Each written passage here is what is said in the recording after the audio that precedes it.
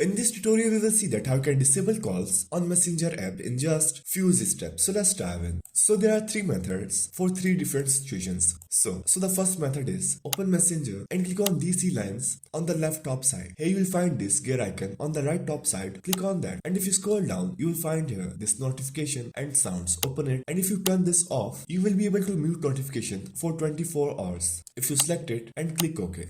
So this was the first method. But if you want to disable calls permanently, click back and open any profile and click on this eye icon, and you will find here this mute button on the right side of profile. Open it. Here you will get these options to mute message notification, mute call notification, or mute both. You can select it and click OK. And here you have to select this until I change it. Okay, so this was the second method. So for the third method, open settings, and here you will get this apps. Open it, open Messenger. Then you need to find here permissions. Tap on that and open this phone. It will be on the loud section, and you have to select don't allow. Click back and open microphone and do the same. So that's how you can disable calls on Messenger app in just few steps.